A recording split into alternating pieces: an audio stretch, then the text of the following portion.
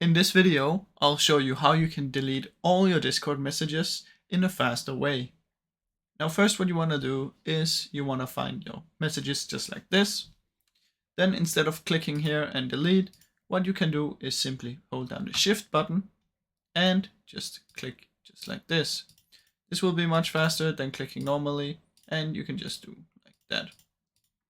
Another thing you can do is if you're in a public server instead of your own, you can go up here, search for your name, and you'll be able to see all your messages, even the old ones. So another thing, let's say this is your own and you want to delete all text messages in here, not even only your own, but also others. You can right click on the text channel and delete channel.